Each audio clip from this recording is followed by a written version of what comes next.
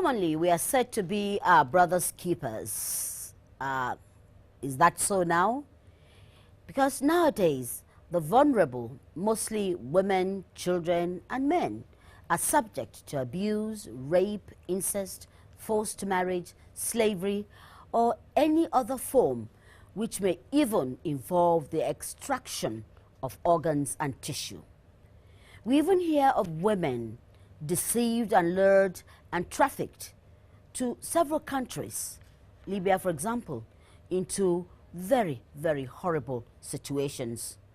The trade in humans, most commonly for the purpose of first labor, sexual slavery, or commercial sexual exploitation, is lucrative for the traffickers or others, but it is not so for the victims.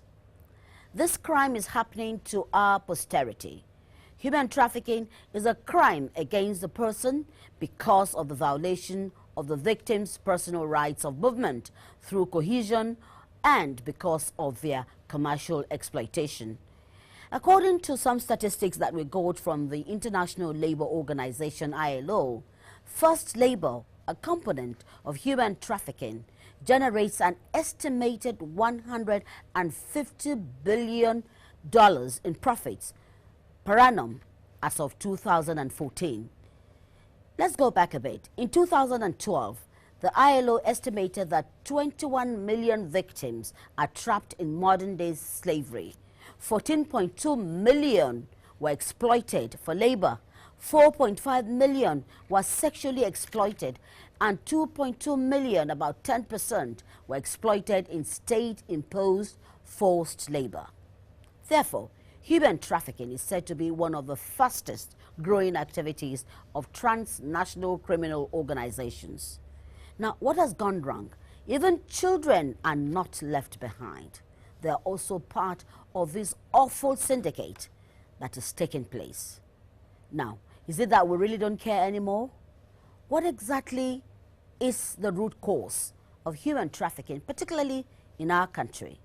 These episodes of Bridges brings stakeholders together to get some answers. Welcome to Bridges. We're still building a sustainable society, and I'm still Mujima Konjola. And on the panel today to start off the conversation is the Director General of Naptip, Julie Okah-Donli, who is appearing on Bridges for the first time. And congratulations on your appointment. Thank you. And how would you describe the state of human trafficking, putting the Nigerian flavor into it, if it's a flavor after all? Well, human trafficking in Nigeria has become very rampant across the states in Nigeria and even beyond Nigeria. It's become very worrisome to everybody. It's not just a national problem, it's also an international problem, because when people talk about trafficking, they only think of the external trafficking that's outside the country. But we have a lot of trafficking going on even within Nigeria from state to state. You can traffic someone from Lagos to Ibadan, from Ibadan to any other state within. It's a very common problem. Yeah. Common in the sense that well, those who are trafficked, do they know that they are being trafficked, or is it voluntary? Or what are they saying? What are you getting in Naptip? Most of the time, they don't even know they are being trafficked. They are deceived into thinking they are going to give them some jobs or something. Sometimes they are even abducted. Yes. Sometimes there are different kinds of trafficking. There's what we call the debt bondage. Someone may be owing, maybe a father is owing some other person, maybe some money, and he says, okay, take my daughter, and that's a form of trafficking in exchange for the debt. There are different forms of trafficking. Children are being trafficked in the sense that they don't even pay for their labor. In the first place, you're not even supposed to. A child that is under 12 is not supposed to be working for you. So already, that is the problem. And a child who is under 18 must go to school. It's just the law. Ma'am, just take us back a bit. You said no state is spared in terms of trafficking. Yeah. Who are the people involved? That's a big question. You know, you cannot really pinpoint those that are involved when it comes to trafficking. It's a chain of people involved, you know, from state to state, from country to country. Because, you know, if for you to take, for example, I'll give you an example. If they are taking children from maybe Benue State to Lagos, of course they already have a group in Benue, you know, which is like the source state, and then they are transferring these children to the destination state, maybe Lagos. So there's a taker and there's a receiver, if I may use that word, you know. So I mean, you cannot really tell, you know, those that are involved in trafficking, of course, except, you know, when our officers clamp down on them, and then we begin to investigate and pick up the traffickers. Are you getting more in terms of, are you getting more traffickers? I mean the people involved in it, the perpetrators themselves. Are you able now to like pin them down? Is it something that you're doing, that because so much of human trafficking is in the news? Oh yes, oh yes. Most of the time, when we rescue victims, we also are able to arrest the perpetrators most of the time. And what happens to them, the perpetrators? Oh, we take them to court. We prosecute them. Yeah, as a matter of fact, last week we got a conviction in Ibadan. That's yes, and the man was sentenced to 5 years imprisonment. Fantastic. Yes. Fantastic. So we have a serious problem here, and that is in country now. Let's look at those that are exploited outside, those that they are taken outside the country. Wow. The ones they take outside the country are even much more serious, because they are used for sexual exploitation. The girls, as soon as they get abroad, they seize their passports from them and they start working. And you know, they work and they don't see their money. Someone else takes the money. Whoever takes them down there feels that the prostitutes, that because that's what they do, prostitution, they are owing them. So they work for them, collect the monies from them, they treat them badly, they are raped, they are battered, they are abused. But it's even gone beyond sexual exploitation. Now we have the sale of organs, and people prefer this new dimension, this new trade of sale of organs, because I mean, why would a girl work for like maybe 3 or 4 years to get maybe 100 to 200,000 US dollars when you can get $400,000 at a go? All they need to do, no, they just kill you and take off your organs and sell them. It's as simple as that. So why would you wait for 4 years? You know. So I mean, this is mind-boggling, because when you look at the way, do they take them to hospitals? Have you been able to trace what they do with them, how they remove their organs? Oh, you know, these traffickers are so evil. They have holding places where they keep these victims. They just lace, if they are kind enough, they lace their drinks, put them to sleep, and start working on them. But the evil, mean ones actually start working on these girls when they are alive.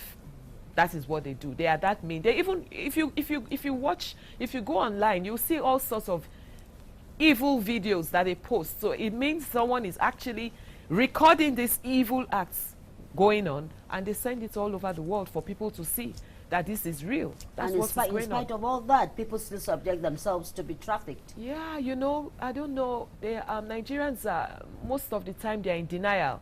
They say it's not my portion. So whose portion is it? You know, you just have to, you know, take precautions and don't take chances. That is why we keep telling people, when all these fake agencies start giving you promises of better life, oh, I'll take you to America to be a good model, I'll take you to go and play football. We have these fake football academies. We have all these fake travel agencies now who package people and tell them, oh, I'm going to take you to Saudi Arabia to get a job. What job? If there are jobs, why can't he take his family members? Why is he looking for people to take to Saudi Arabia and Oman and all these other countries for jobs?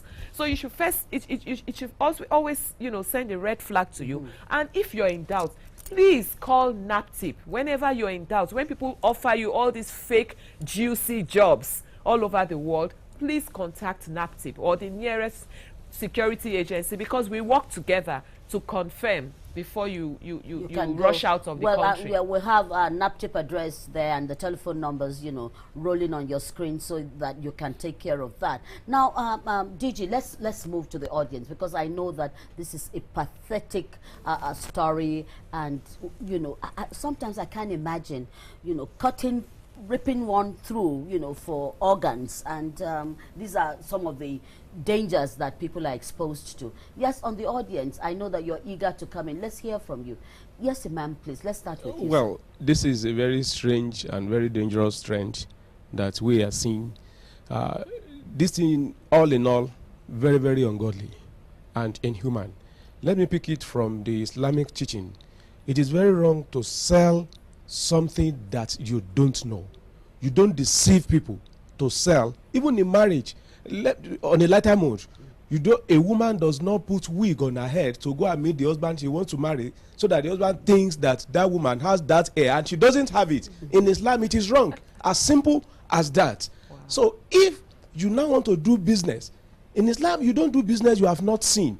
You don't sell pregnancy of a particular animal that it has not delivered. You don't sell fruit that is not seen. If Islam controls to that level, you want to go and do a work that you don't know, this is wrong, this is inhuman, and this is ungodly. And also, when somebody works for you, a sweat, before the sweat dries up, you must pay such a person back. If you now carry people out, or you carry them here, and you treat them this, definitely punishment is waiting for you. Even when you have a slave at home, in Islam used tactics to remove slavery from the life of everybody. That the moment you get a slave, you must give him or her the kind of food you eat. You must clothe him or her the kind of good food you give your children.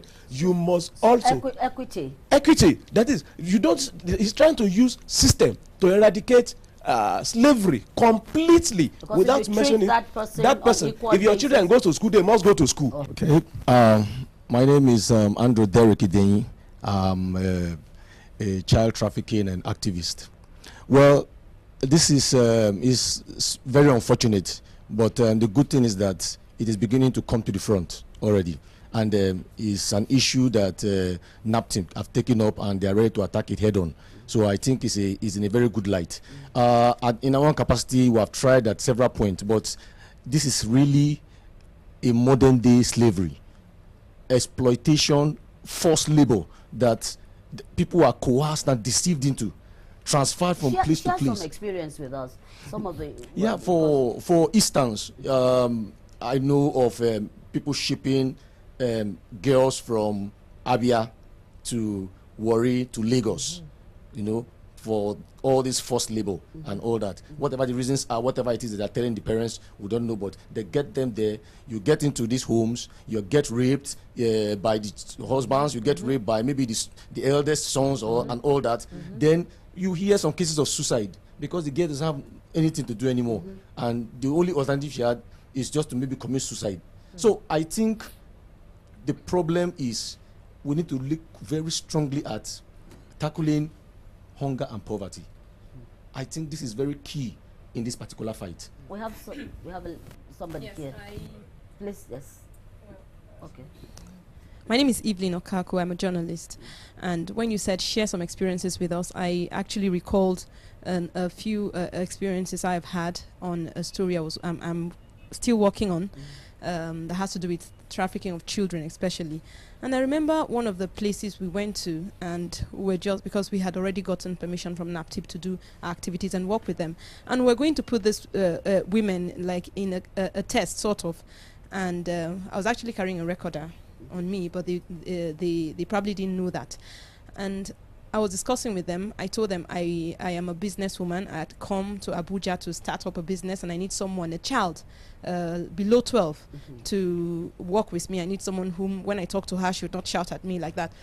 And that was our first meeting with this woman. She didn't know me from Adam. She didn't know anything about me. And I told her, I need to take the person immediately. And she was like, well, okay, fine. How much are you ready to pay? And I asked her, she brought 2 girls, and I asked her, how are they related to you? She said, well, she's like their aunt, and they even have younger ones. She was actually saying it, that they even have younger ones. As soon as they are of age, she'll bring them to town. And I asked, where did you bring them from? She was a bit hesitant. She didn't want to say exactly where she had brought them from. But the long and short of it was that at our first meeting, she was ready to give out these girls for as low as 600 naira per week. Wow. Or 600 naira per day. I wasn't exactly sure whether she was talking about a week or a day. But after that conversation, we decided to go and come back at another time. But if I was ready to take those children at that time, she would have given them away. And these are people she calls her relatives. So when the DG was talking about laws, I just felt a need to say that Nigeria needs to, we need to define those laws and implement them, especially even if a person is a mother or the parent of a child. What is trafficking? Let everyone understand what trafficking is, how much right you have even over your own child, what you can do with your child. You don't just give birth to a child and wait for that child to get to become strong enough to go on errands, and the next thing you're thinking of doing is taking that child from one place to another. I've written a case, I'm sure, yes, Naptip even worked on it. I think the suspects were later convicted about a young lady who was bathed with hot water. Her breast was even, she even secured injury on her breast. Just because the person she's staying with, yes, just got her from someone and she was working as a house help. You just cannot tell what these people go through, what these children go through, where they go. And in most cases, they even end up where they are unable to trace their actual origin. So it's really that bad. Yes, yes. So I was talking. Okay. Yes, I was talking about DG. I from the contribution that we made here, you know, some of the panelists have spoken about issues of poverty. And so the next thing that comes to my mind is to ask you, how much support are you getting from the governors? You know, because a child is first of all from one community in one local government that automatically, and in a state that qualifies that child to be addressed as a Nigerian. So how much support are you getting from the governors by way of alleviating issues arising from poverty, which some of us believe are excuses and not reasons for trafficking? Because Nigeria is not the poorest country, and even animals protect their own. So why should we, for the excuse of poverty, traffic our own children? You know, husband traffic wives. We heard such reports, and which actually we followed from the website of your agency. The next question is to the destination countries. I mean, for those who are trafficked outside the shores of this country. Like, I know that countries like France, Iceland, Norway, and Sweden, the Nordic model, they've adopted the Nordic model. The Nordic model is the model that targets buyers of sex, which means when none is buying, none will sell. Is there a mechanism to push up that campaign for more countries to adopt it? Because in those countries, statistics are shown, actually from release also from the website in your Naptip website, that Nigerian girls are not in those countries, and they have fewer girls being prostituted in those countries. What is Naptip doing in those areas? I just want to know. Thank you. I want the DJ to answer the question before we come back to the audience. Yes. The first question was, or do you get support from? Do I get support from? Do we get support from the governors? Yes. So far, you know, I just started a tour going on my state tours, and I was able to see Governor Godwin Obaseki of Edo State, who promised to support Naptip in terms of rehabilitating every returnee that comes from Edo State. That's a good one. Yes, he's going to send them to school, and he promised to do that. So I expect all the other governors to replicate the same, and this is the same idea I'm going to sell to every other governor I meet, and I'm sure they will definitely buy into that.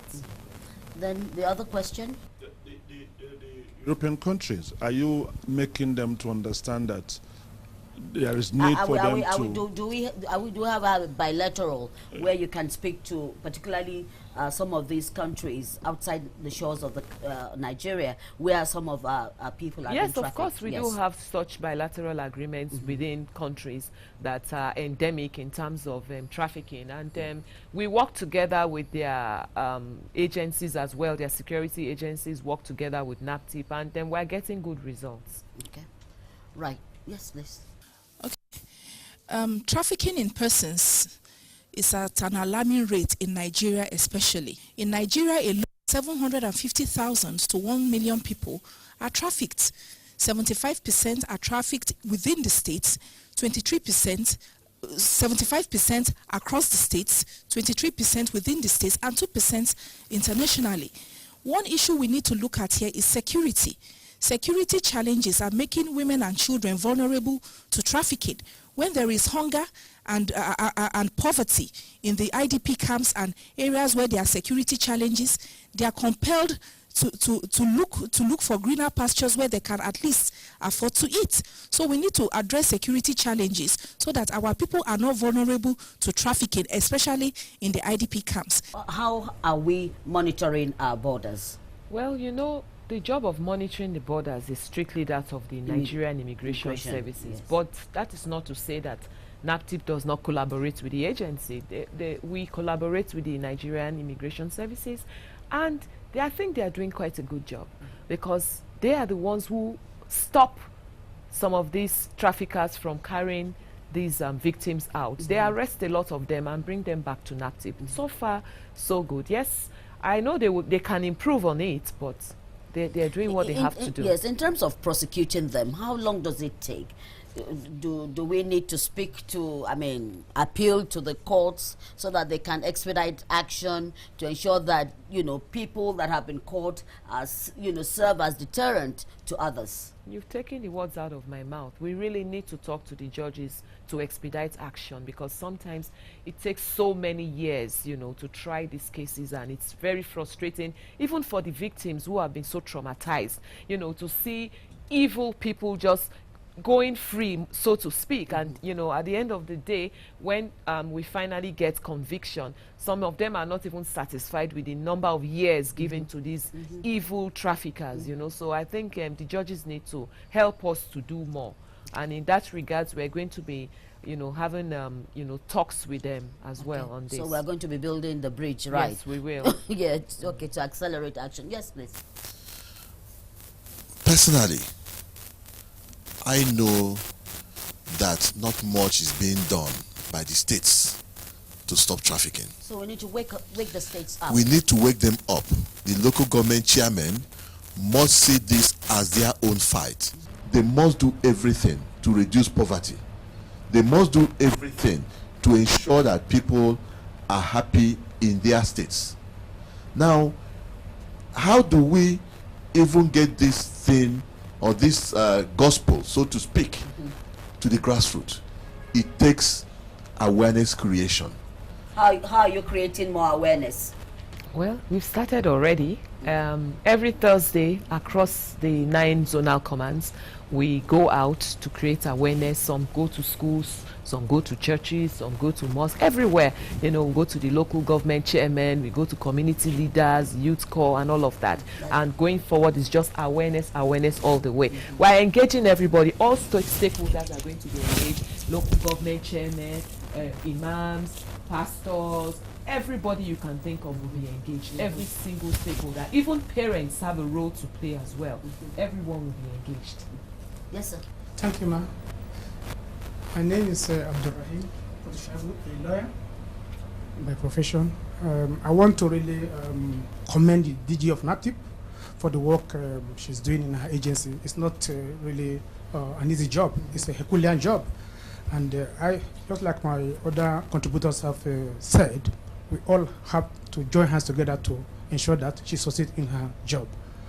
I'll talk from the legal perspective, so to say. The traffickers are actually, a cartel, like the DG mentioned.